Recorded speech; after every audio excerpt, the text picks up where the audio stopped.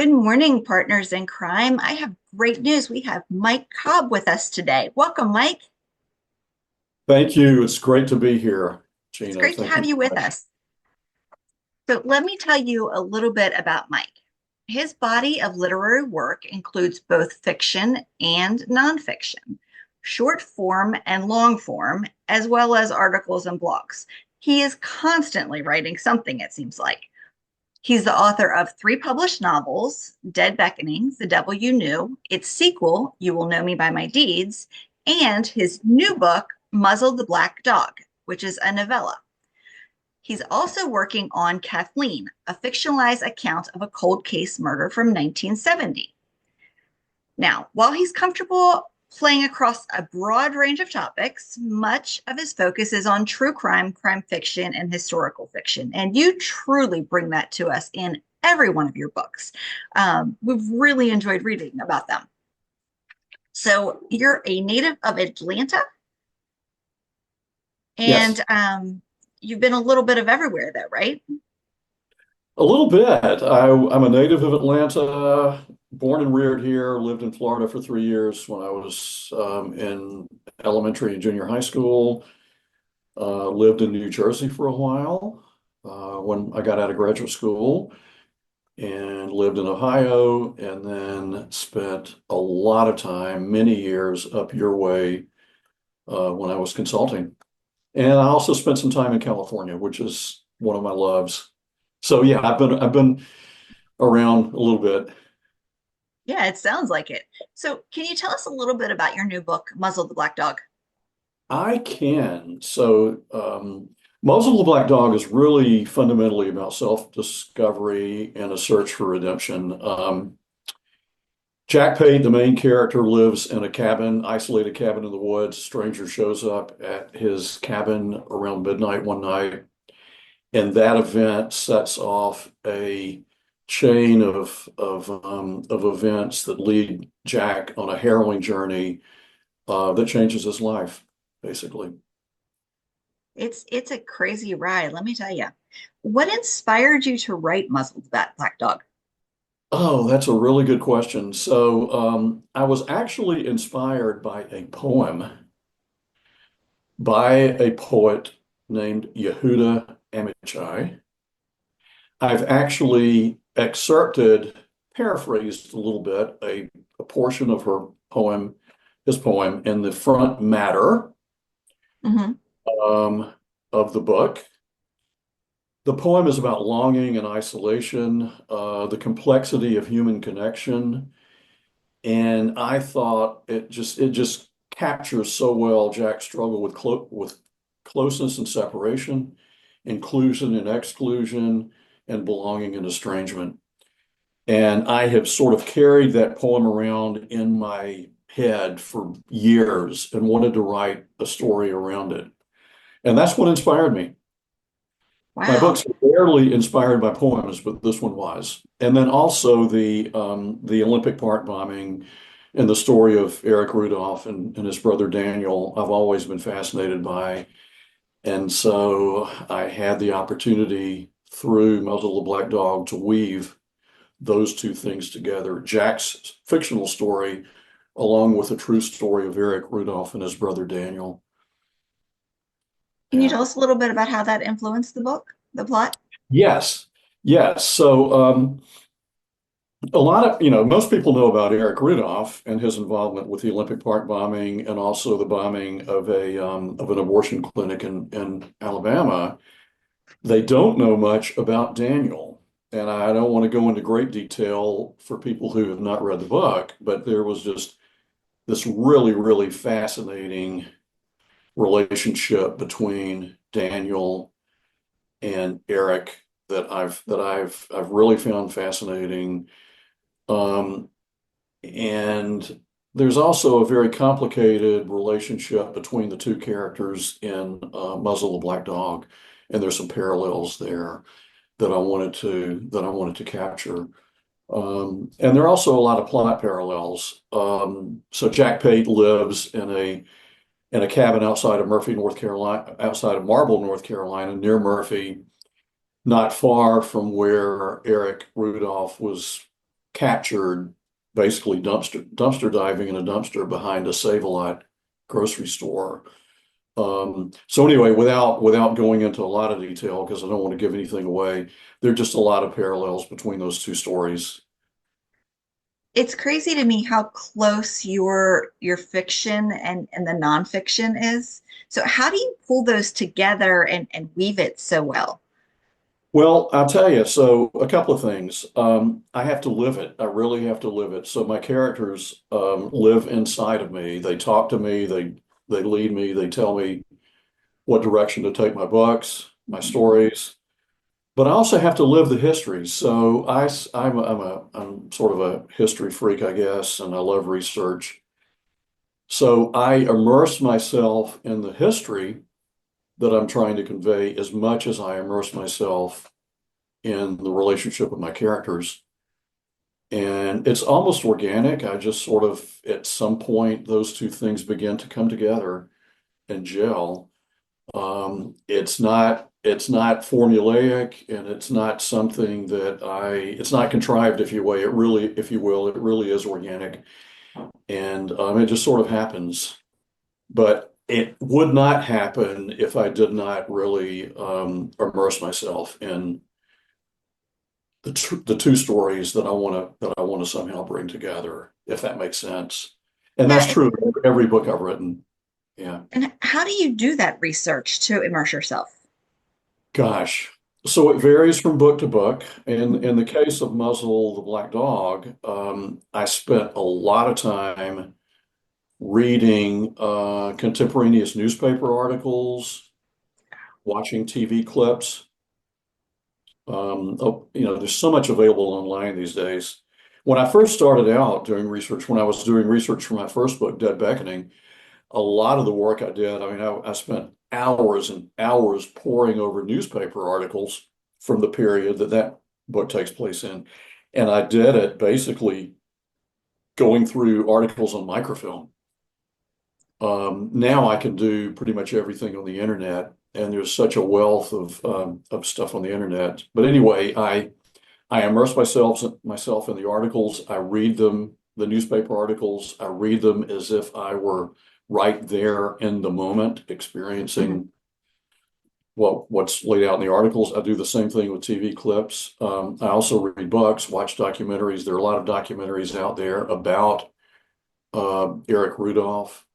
Yeah, and then the other thing I do, which is really important, is I visit some of the places in my books to really get a hands-on feel for them, a sense of place and time. Yeah, so that's what I do. I wander around a lot. And sometimes, I mean, I remember when I was writing Dead Beckoning and I was wandering around downtown Atlanta a lot, and I probably turned heads. People wondered, what was I doing? But that's just part of my effort to immerse myself. It's amazing to me. Like Yeah. the beginning of Muzzle the Black Dog, you pull us in so fast to that scene with all of your imagery. How do you pull that together so that like you can feel like you're there? Yeah. So I wanted to choose a setting that was charged with this sense of isolation and uncertainty and suspense. And what better to do that than a remote cabin in the woods, right? Yeah. I mean, it's just and it's foggy out, and there are dogs howling in the background. Yeah, I really wanted to right off the bat capture that sense of suspense and foreboding, and then from there, I layered on top of it psychological tension and sort of a sense of high emotional stakes. And I wanted every scene to sort of deepen the sense of unease. And I wanted there to be some like fast pacing and clues and ambiguities along the way that convey an underlying threat of violence and underlying sort of lingering effects of trauma and a heightened suspense that quicken as the story progresses to a sort of a crescendo. um, toward and at the end.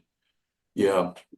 I actually did I did a little blog recently for someone where I wrote about stories that are written around cabins in the woods. And I just love that. You know, I felt when I decided, okay, I'm going to set this scene. I mean, I felt it. I felt it as if I were there. I felt that sense of foreboding. Yeah. Yeah, you really drag us right into the story. And everybody that I've talked to has said that it's the fast-paced plot and the suspense carries through every page. Yeah. So is that I appreciate hard? that. Yeah. Is it harder to do that with, like, this is a shorter novel? And I know you've done that with your full-length novels as well. What's the difference in the two and pulling that together? Yeah, that's interesting. By the way, let me just mention one thing about the prior conversation we had. When I was a kid, I had a lot of imaginary friends. I think that probably helps me write novels now. Yeah. Okay, because my characters are not imaginary there, and I didn't think my friends were imaginary back in the day either. Um, yeah, so So I guess you've been writing your whole life then, even if it was I just in have your been. head. I have been. So long versus short. Mhm. Honestly, this may sound strange because it probably runs counter to the way a lot of writers would answer the question. First of all, I have written long books. My first three books are quite long, and then here I come along. The fourth book is a novella. I am a pantser, not a plotter. I do not storyboard my books before I write them. As I said earlier, I let my characters tell me where to take the story. And I don't set out to write a story with a certain length in mind. Because I'm a pantser, I mean, however long it turns out, that's the way it was meant to be. So in that sense, there's not much difference between writing a short book and writing a long book. It just goes where it goes. Now, certainly a short book takes less time to write. Okay. Mhm. But um, but there's really not that much difference to me. If I start out to write a book and my characters take me in a certain direction and it ends up being 300 pages, so be it. If it ends up being 150 pages, so be it. It's just whatever it ends up being. That's wonderful. I mean, Yeah. being able to just flow with whatever the story gives you. Yeah. I don't think I could, I don't think, well, I shouldn't say I couldn't. I guess I could, but I don't want to write any other way. I want it to be organic and I want it to go wherever it goes. Now, Yeah. does your previous employment play into how you research or how you write?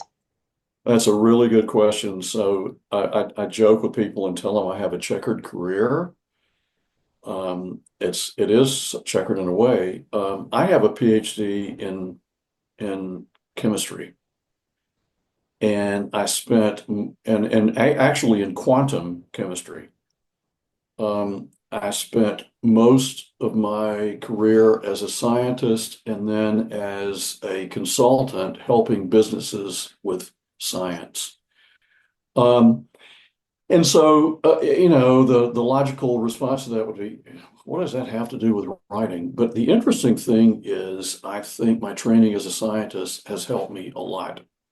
Scientists have to be really curious, and I think curiosity is really important for writing the kinds of books that I write. Scientists have to love research, and I love research as much as I love writing.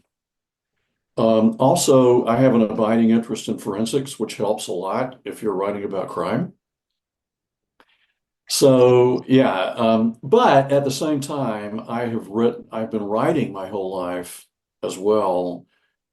Um, I was telling somebody the other day at a little book event I went to, the first thing I ever remember writing, I think I was around 6 years old or so, and I wrote a story about hula dancers of all things. Don't ask me why. I had never been to Hawaii. I probably saw some pictures of hula dancers or something on TV, and I was intrigued by it. And I wish I still had that story, but I don't. And I've been writing ever since. But it wasn't until about 6 years ago, when retirement was nearing, that I really began to take writing seriously and take publishing seriously. So yeah. Anyway, So, talking about your publishing career, the title "Muzzle the Black Dog," where did you come up with that title? so yeah, that's a really good question. So the black dog is a metaphor for what Jack Pate, the main character, is going through. If you have seen the movie Breakfast at Tiffany's or read the book, I'm a big Truman Capote fan, by the way. Um, the main character, Holly Golightly, in Breakfast at Tiffany's, talks about the mean reds. Well, the black dog is similar to the mean reds. The mean reds in Breakfast at Tiffany were all about anxiety and depression and feelings of impending doom. So metaphorically, that's a lot of what Jack Pate, the main character, is going through. Mhm. So I had a black dog whom I absolutely loved and who lay beside me or sat beside me through much of my writing. She's no longer with us. And a couple of people asked, well, is the title related to Bella, your dog? And I said, no, it isn't. It's purely metaphorical. And Muzzle the Black Dog is about, trying to figure out how to control those pervasive feelings. Yeah. And there's a lot of emotion by the characters in the book. Yes. Um, and so you pull that out throughout every page, like the confusion, the anger, the frustration, the fear. Yeah. At every page, it morphs into something different. Yes. I tried hard to do that. And I also tried, and I don't know whether this comes across or not. Um, I wanted to, at least at some points along the way, um, blur the lines between reality and perception. Mhm. Again, maybe that's because I grew up with a bunch of imaginary friends. I don't know, but I hope that comes across. I hope I've done that. But yeah, it's sort of interwoven through some of the things you're talking about.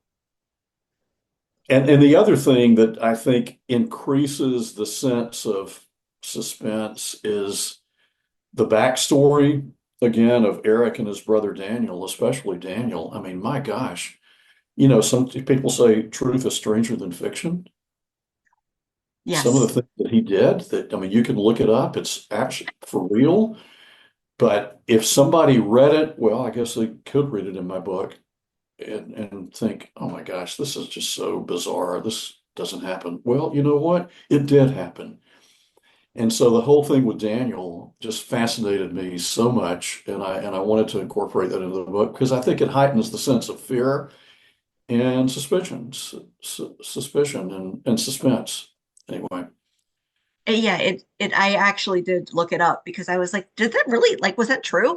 yeah, So yeah, that was one of the things that I had to check on when I got done because your it is books true. straddle that line, and I'm always like, okay, was that real or not? Yeah, my when I first read that, I thought, who does that? Who does something like that? Again, for those who haven't read the book, you'll have to read the book to see what we're talking about, unless you know about Daniel. But yeah, it's bizarre, just totally bizarre. And another thing that you did that really heightened the suspense and the immersion in the book is how you weave together the present and the past tense. Hmm. Now, is that hard for you to do? And how do you know the right places to pull those together? You're talking about weaving together something contemporaneous and then stuff that happened in the past. Hmm. Yeah, it's hard, and I will tell you. So I have a lot of writer friends, as you can appreciate, and some of them are very focused on wanting to write everything chronologically. None Yes. of my books have been chronological. I love flashbacks. I love switching back and forth between the present and the past. Present meaning contemporaneously, whenever the book's taking place. I just love that. I think it makes the writing and the reading more interesting than if you're just reading something chronological. It is harder, I think, to write that way, but it's more natural for me to write that way. Yeah, you just have to keep track of stuff and make sure that you convey to the reader the period that you're talking about. So in my case, I do that by having headers, if you will, section headers that tell what year it is to help the reader.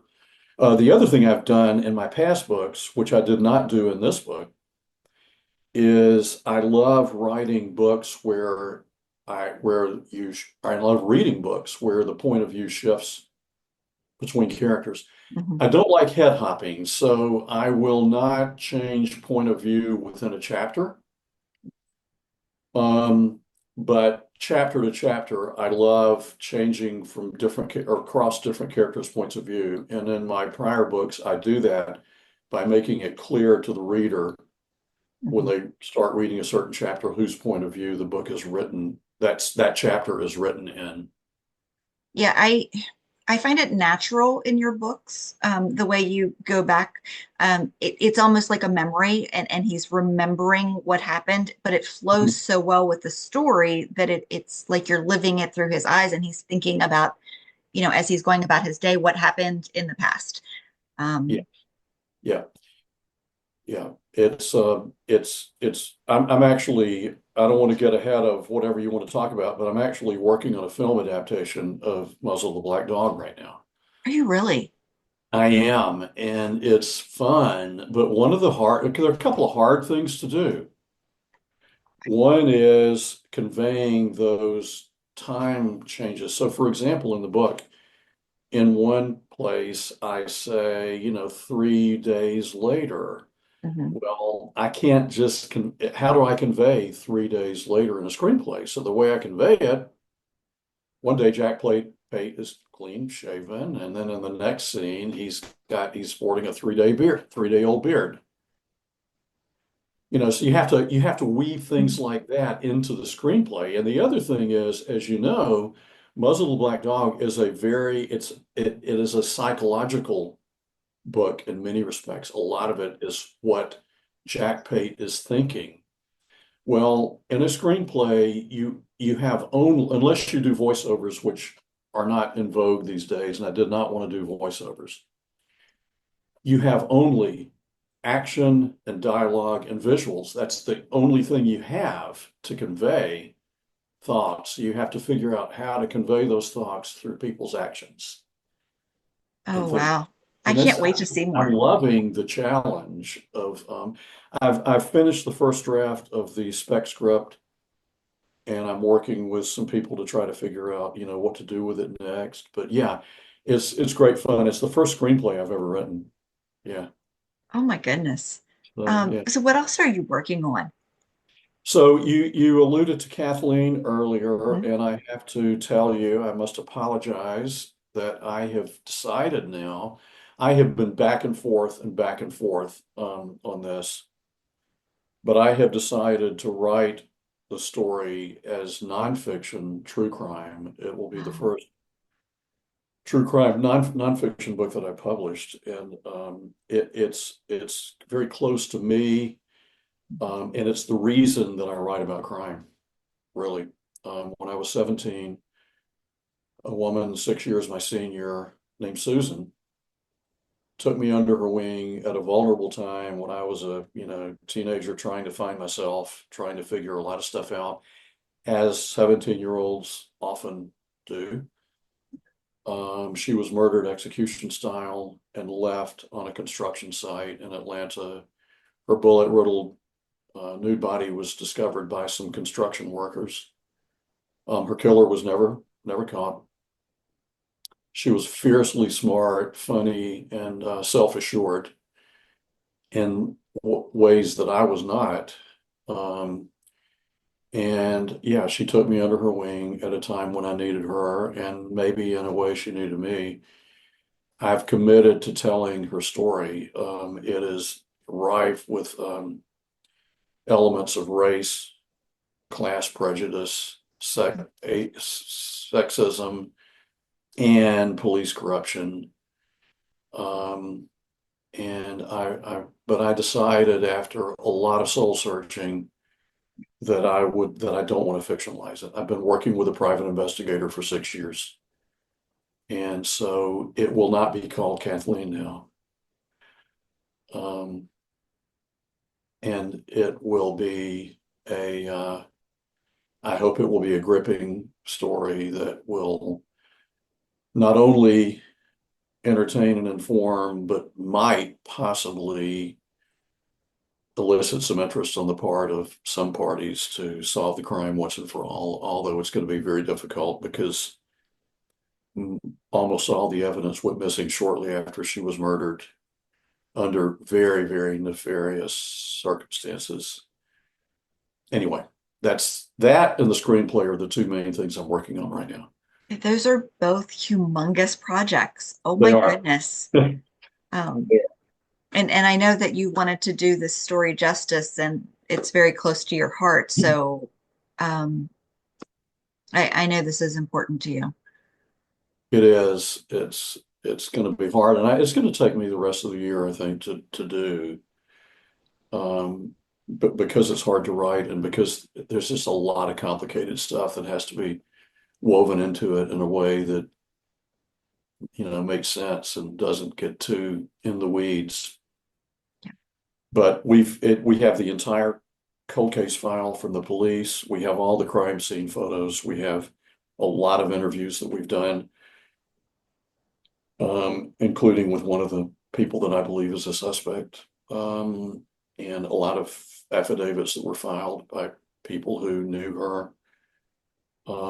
And we've also spent a lot of time visiting the places that she and I went, where she lived, where she worked, and my private investigator, who's also a forensic documentary filmmaker, has filmed all of that. I don't know what we'll end up doing with that, but yeah. Well, it's interesting that you say that because as you were saying, I was thinking it would make a great documentary. So, I mean, Yeah. it sounds like you've laid the groundwork for that as well. Yeah. My biggest challenge, because this is nonfiction, will be Mhm. nonfiction, is because a couple of the suspects are still alive. My biggest challenge is legal. Um, and so I've also not only am I working with a private investigator, but I've sought the help of a media libel attorney just to make sure I keep the guardrails in place. So, in a Yeah. lot of ways, this sounds like very similar natural research like your other books, but in some ways, this is a lot more intense and legally impactful. There are a lot of things that could come from this. Yeah, it is a lot more intense. I will tell you, the day that the private investigator, her name is Katie, and I went down to meet with the police for several hours. Mhm.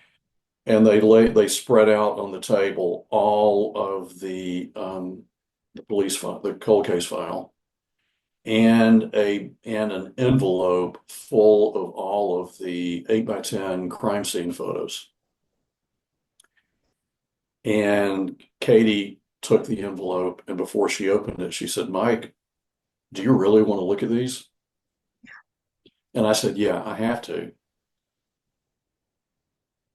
And that was really hard. That was very intense. Yeah, I can't even. Yeah. I had to do it to tell her story, and yeah, so it's pretty Yeah, intense. it sounds like it's hard enough when it's somebody you don't know, but when it's somebody that meant something to you, it's so much more. Yeah, Yeah. definitely. Yeah, Oh. yeah. So let's lighten things up for you a little bit. Yes, let's do that. You are always out and about visiting with your readers. What are some of the things that you love to do? And I think you have some upcoming events. Can you share those with us? Yeah, I have a couple. I've actually cut back on some stuff just to focus on more on the two projects. Hmm. Yeah. But I do have a couple of Muzzle the Black Dog launch slash signings coming up on May 3rd. From 12 to 2, I'm doing a launch and signing at a little bookstore in Blue Ridge, Georgia, where I spend about half my time up in the North Georgia mountains at a bookstore called Copper Fox Books. And then on May 16th, from 1 to 3, I have a book signing at a bookstore, one of my favorite bookstores in Atlanta called Tall Tales Bookstore. Yeah, on May 16th from 1 to 3. I'm looking forward to that. And then I have a bunch of interviews coming up and things like that, all of which readers or prospective readers can learn about on my social media sites. And also a lot of the stuff that I do media related ends up getting posted on the media page of my website, which is MikeCobbWriter.com, all one character thread. I have to be honest, you are very good about updating. I mean, your social media is always up to date. Your website is up to date. We can always find you. I love it. Well, thank you. A little bit of just, I guess, full disclosure, I hate social media. I work with a young woman who is unbelievably good and just young enough to understand social media and to love it. And all of that activity is thanks to her. Oh, she's great. Yeah, she's wonderful. And she came to me through my publicist, and I'm grateful that she did. Yeah, Yeah. because otherwise I would be lost. Yeah, Yeah, she's been terrific. And she's great to work with. So yeah. congratulations on finding somebody awesome. Thank you, thank you. It takes a village, right? It does take a village, most definitely, and it's interesting that you mentioned it takes a village because just circle back to The Devil You Knew, which was my second book. The first half of that book is really much of it is a coming of age story, tying into a lot of my childhood, growing up in a little area of Atlanta called East Atlanta, where the main character in that book grew up. And I was telling somebody the other day, back, I'm old enough to remember, back in that neighborhood, it was like a small town. And on Saturdays, my friends and I would ride our bikes, the little business district, and you know, we had the run of the place. But we all knew that we answered to every adult in that neighborhood. It did take a village. And I knew that if we did anything untoward, if we did anything bad, we would be responsible. There was So always somebody watching, right? there was always somebody watching. And frankly, I liked that.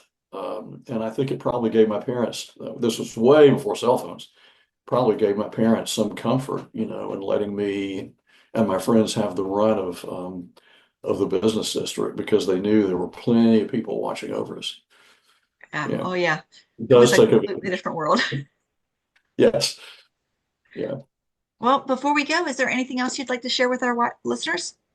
I don't think so. I will keep everybody posted via my website, my social media on the stuff I have going on. And I really hope that sometime in the not too distant future, there will be some activity, positive activity with respect to the website. The reason I embarked on that mission of writing this screenplay, I mean, some activity with my screenplay, the reason I embarked on that mission was because several people said when they read the book, Muzzle the Black Dog, they said, gosh, this would make a really good movie.